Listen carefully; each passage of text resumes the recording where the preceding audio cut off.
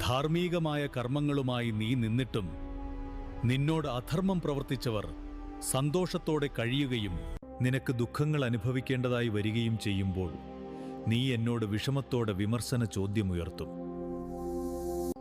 ധർമ്മമാർഗത്തിലൂടെ സഞ്ചരിച്ച് നല്ല കർമ്മങ്ങൾ പ്രവർത്തിക്കുന്നതുകൊണ്ട് എന്താണ് പ്രയോജനം? അധാർമിക പ്രവൃത്തികൾ ചെയ്തവരുടെ മനസ്സ് സദാ ചഞ്ചലമായിരിക്കും. അവർക്ക് സ്വസ്ഥതയും ലഭിക്കില്ല. മനസ്സിലെപ്പോഴും പുതിയ പുതിയ സംഘർഷങ്ങളും ഉണ്ടായിക്കൊണ്ടിരിക്കും. അതിനെ ധാർമ്മികമായി നിലനിന്നവർക്ക് മുമ്പിൽ മറയ്ക്കുവാൻ വേണ്ടി കാട്ടുന്ന നാട്യമാണ് അവരുടെ സന്തോഷ പ്രകടനങ്ങൾ.